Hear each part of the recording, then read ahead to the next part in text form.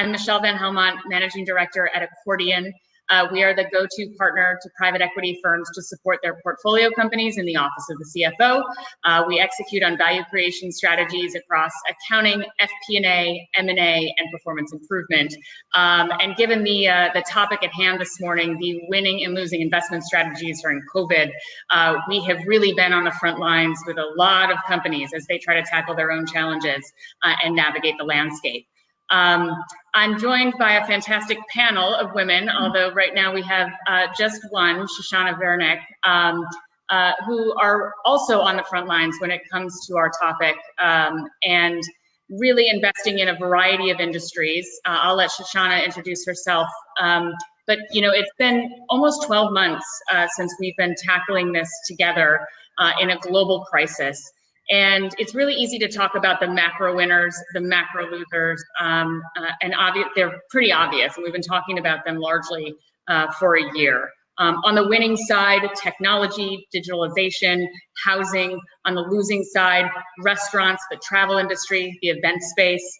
But in prep for this panel, what we found was it was way more interesting to talk about those that were impacted on the downside in the niche industries, the subsectors, and the smaller portions of the market that were hit. Conversely, also those big surprises, those that found a competitive edge and actually came up on the winning side of this. So, you know, as we dive in, Shoshana, if you wouldn't mind, why don't we start with an introduction to you? And then we'll kind of get into the specific areas of expertise you have and what you've seen. Yeah, Michelle, it's great. And it's really nice to join you today at this M&A forum. So my name is Shoshana Vernick. I co-founded a private equity firm called Avathon Capital. Avathon is part of Sterling Partners, where I've been since 2003. So in the broader private equity sector, actually going on 20 years this year. At Avathon, we invest in the education and workforce management markets. Our fund is a $400 million fund. We provide growth capital and change of control transactions to entrepreneurs and sellers who are really making a difference. We're embarking upon the lifelong journey of learning.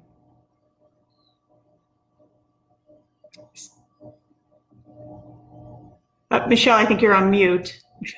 Famous words. Most commonly used words in 2020. Marianne, very timely for you to enter. We were just starting introductions, so if you wouldn't mind introducing yourself, and then we're going to start to dive into the discussion. Sure, thank you. Marianne Damaraki, I'm a managing director with MMG Advisors. We're a boutique investment banking firm focused on the consumer and retail space. Some of the transactions we've had the pleasure of working with are Vince Camuto family for their brand Supreme. Last year, John Varvatos and Jay Hilburn and many other notable brands in the marketplace. So a pleasure to be here today and honored to join you all. Thank you. You know, it's interesting you started with consumer. Would love to get started there actually, because as I mentioned, one of the big winners was digitalization, right? And e-commerce, and that has a big impact on the consumer space. So Marianne, maybe you could comment a little bit, given the brands that you just listed, sort of what you saw as a big shift that happened over the last year in consumer behavior and how that impacted the market specifically. Sure. So in the events of the last year now really accelerated so many trends, and yet at the same time, it has definitely changed habits of consumers as well, which will last for a very long time. So the accelerated trends really focus on more shopping online, grocery shopping online, right? Really the very basics of e-commerce accelerating at warp speed. Technology taking over, how many Zoom meetings we're all having, doing conferences like this, you know, great examples of it. And some of the longer lasting trends really are how consumers will act going forward, how many days they'll be in their offices. Last year, we saw retailers close very quickly. Some of them are still closed. And as a result of that, the supply chain backed up so quickly. We have companies we work with who still have inventory from last year where the retailers closed and said, I can't take it all. So the suppliers who produce product are still struggling with getting little bottles for their, makeup and products that you hear about. And this will last for a while. These things will last for a while. But the consumer, the good news is generally healthy, I think. Excellent. Vanya, welcome. Hi, everyone. Hi. You round out our panel, so would you mind introducing yourself? We're just launching in, as you heard Marianne talking about the consumer space, and given your focus, I think it might be a nice segue. Yeah, absolutely. My name is Vanya Schlogel. I'm the founder and managing partner of Atwater Capital. We invest exclusively in the media and entertainment sector with offices in Los Angeles and Seoul, South Korea. We manage about $140 million of AUM. Previously, I was at Goldman Sachs and KKR and also acted as Jay-Z's chief investment officer for Roc Nation. Awesome. Great. As we stay on the topic of the consumer, talk to us a little bit about media and entertainment. I touched on at the beginning how the event space was impacted, but let's talk about sort of this shift in how people acquired their entertainment, given that live events just completely shut down. Yeah, I had to smile a bit internally when Marianne was talking about the backlog in physical inventory, because when it comes to content, it's completely the opposite, where we're sitting and actually consuming more than ever, but the production has shut down. So there is no new supply that's really come in. So the first thing is we are consuming more. We're obviously consuming more digitally. Either the theaters are closed or we naturally feel uncomfortable sitting in them. And so it really hastened this trend of OTT, or over-the-top distribution via players like Netflix and Amazon. And another thing that's really interesting is because production in the West has largely shut down, there are certain markets, for example, like South Korea, where their government was very proactive and I would say technology forward in contact tracing and testing. And so their production actually never shut down. So we're seeing a lot of OTT platforms like Netflix invest in Korean content. And interestingly, we're seeing a lot of people in the West willing to dabble in other forms of content in local language. Interesting. And I would say too, that people are weaving entertainment into their free time, or maybe time that didn't used to be free, right? And our days look very different than they used to when we were 9 to 5 in the workplace. That's probably a good segue into workforce management, which Shoshana, I know that's an area of focus for you.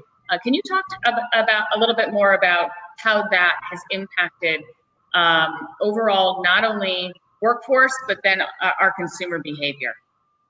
Sure.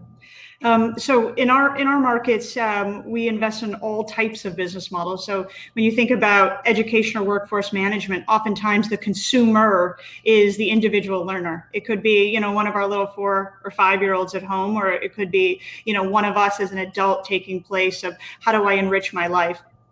On the workforce management side, I mean, no doubt the labor markets have been completely disrupted by the events of the pandemic that has been a global event. And so across those different industries that you were highlighting that have thematically been, just burdened by the lack of mobility, the lack of convening, the lack of travel, all of those types of industries that have shut down, extraordinarily difficult decisions have been made by those business owners, which oftentimes have led towards, reductions in force.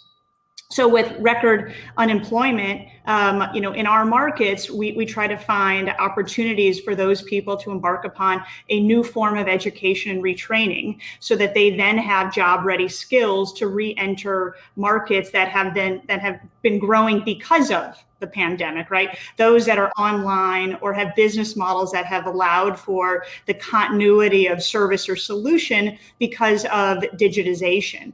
And so providing people that have been disrupted with their employment with new skills that are now in demand because of these evolving business strategies is part of the workforce management strategies that we have.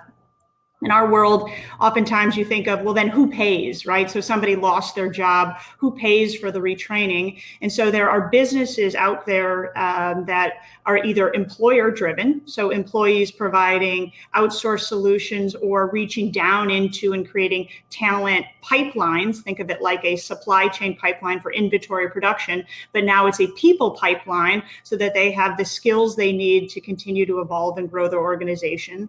Or oftentimes it's part of the public sector and the public good. And so government agencies, workforce boards, labor unions will do things that assist in either tuition benefit services or other forms of education aid that allow people to get the training they need in a moment of crisis. Interesting. And we've seen an interesting intersection between workforce and education, given lower education suddenly being done at home, right? And I know a lot of us, we were sort of chuckling in our prep call about trying to manage young children, middle-aged children sort of in that tween area that are home now and having to absorb content and their own education while we all are trying to be, productive in the workforce. So what's been sort of some of the challenges, maybe some of the winners that you've seen as a result of that? Yeah. Well, the call it the collegiate market and the adult learning market certainly is a net beneficiary of all of this.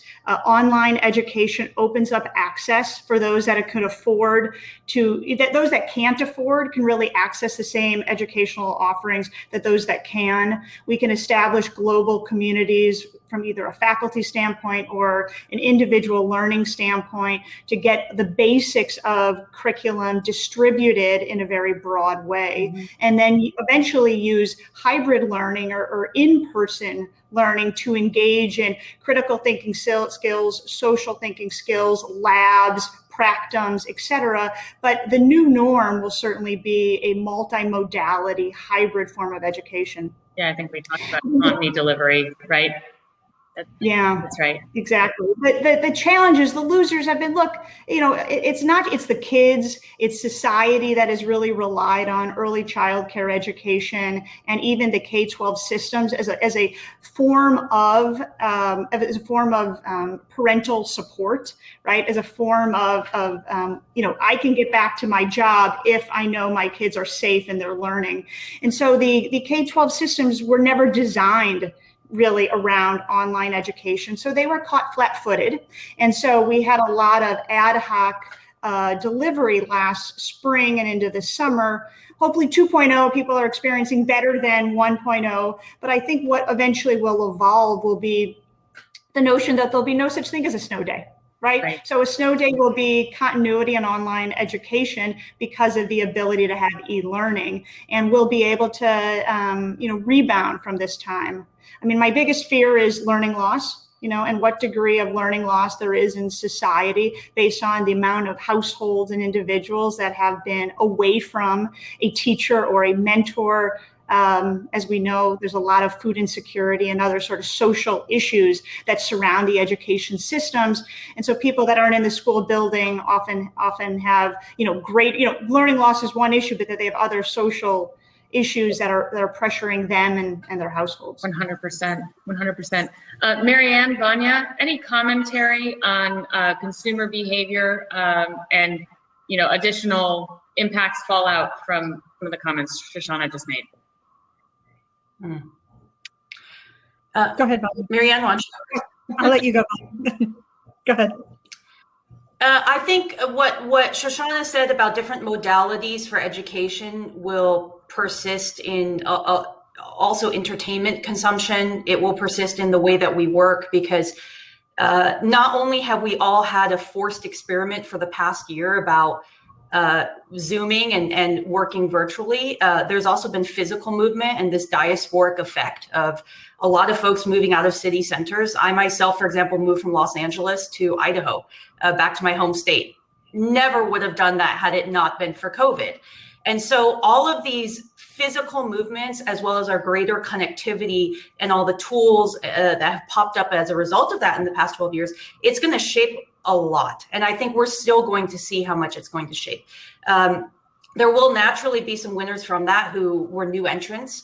And what's interesting is I think some of the companies that have been disrupted have been very responsive, being digitally native and tech savvy, and really gathering their arms around the situation and evolving. And those companies that have evolved are also positioned to do well going forward. So it's going to be a holistic change across a lot of different vectors for how we live, work, play.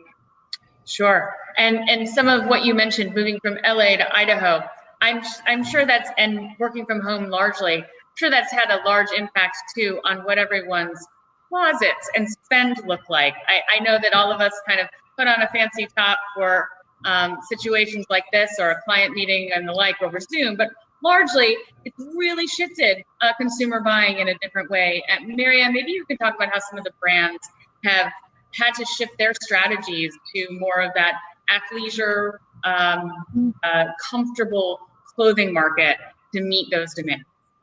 Sure. I think that's in the short term been the largest effects people have really seen from every product category, right? Makeup to clean makeup and not wearing as many things because you have your mask on, right? And so it affected the beauty industry dramatically. Then moving on to apparel. Certainly, people have talked about never going back to structured pants for a long time. I don't know if that's true.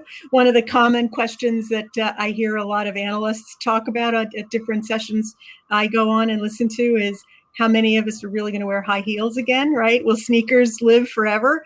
And men are all focused on, I'm not wearing a tie, again. So it's been a huge change, and really the long-term impact of how many days people will work from home versus their offices will drive some of those trends. I think there's a sense amongst many that work from home will stay. It may be 3 days a week in an office.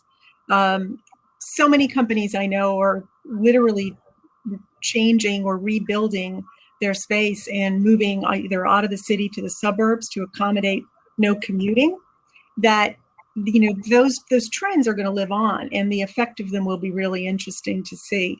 One thing for sure in the short term, I've heard a lot of people say those weddings that have been, held off for a long time. So get ready. People are definitely going to be dressing up, and it's been fun to see this spring. Actually, a lot of the fashion industry really rally to suggest it's time to dress. We're tired of wearing sweatshirts and things, so it's time to dress up a little bit, put a little bit of color on.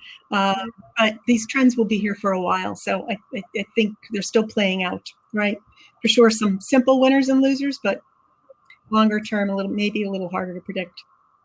Yeah, and something interesting you just brought up, the pent-up demand that we all have, right? And when the world reopens again, fully, maybe even partially, what will that look like? And maybe what will some of the unexpected surprises be in, again, maybe a pendulum shift back to center or in one way or another? Does anyone want to comment on that in terms of what we might see 2022, 23 and beyond?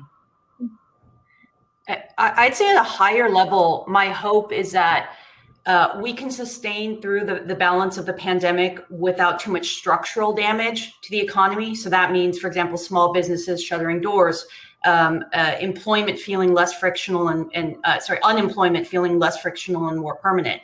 And as long as we can sustain so that the damage done to the economy is more frictional rather than structural, I think we're going to have actually a really interesting potential for a roaring comeback, because people are so excited to see friends and eat out and wear, non-elastic waistband pants again, things like this. And so I actually, maybe I'm being overly hopeful, but that's what I'm hanging on to. Okay.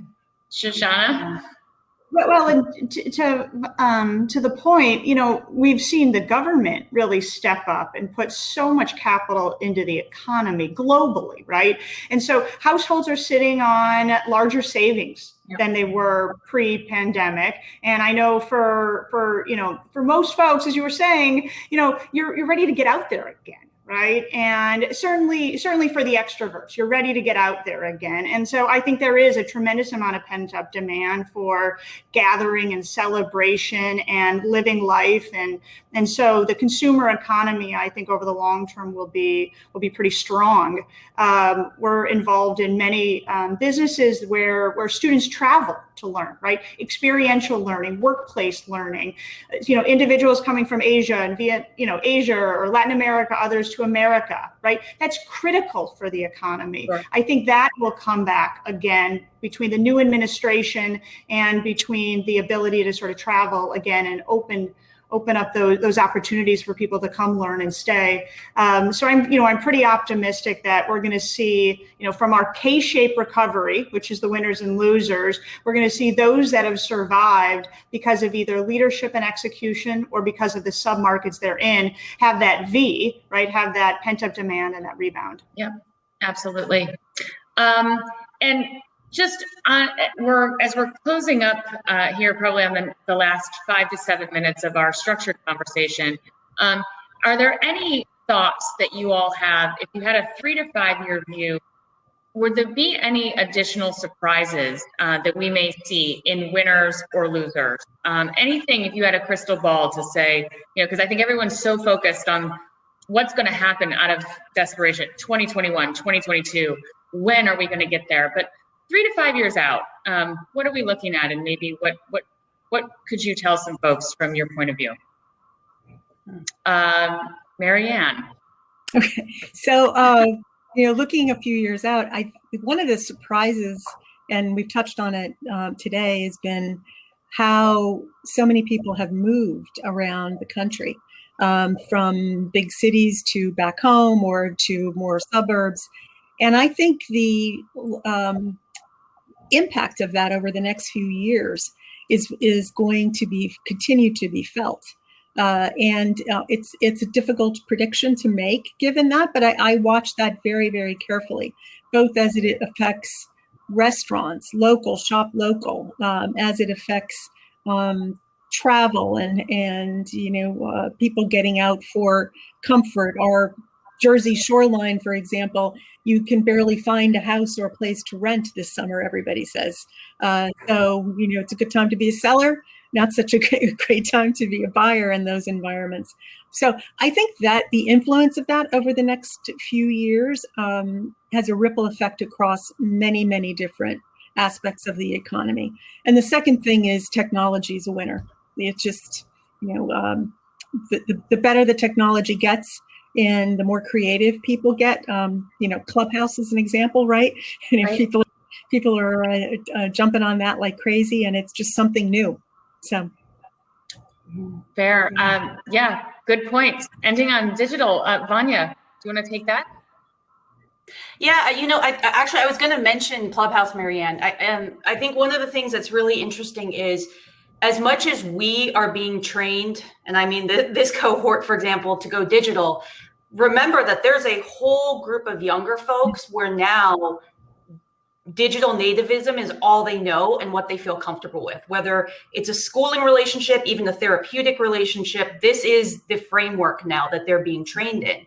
And so that, I feel like, will almost have a further enhancing and accelerating effect on digitization as those kids start to mature into consumers with a wallet, and then as the next generation that's actually creating how we all interact with each other. So for me, I find it incredibly interesting what preteens and teens, their formative years, what they're experiencing, and then the knock-on impact of that, and how we're all going to consume media going forward because of that. Yeah, it's interesting. I went from put your screen down, stop looking at your screen, to get on your screen because your teacher wants you there. Right. So it's so true. It's so true. It's difficult for kids to, walk away from technology, right? They're on it. That's how they connect with their friends. It's how they connect with learning. It's very difficult. I'm actually optimistic that this summer will provide an opportunity for some tech-free camps and some tech-free moments for especially the little ones to kind of get away and break free from it.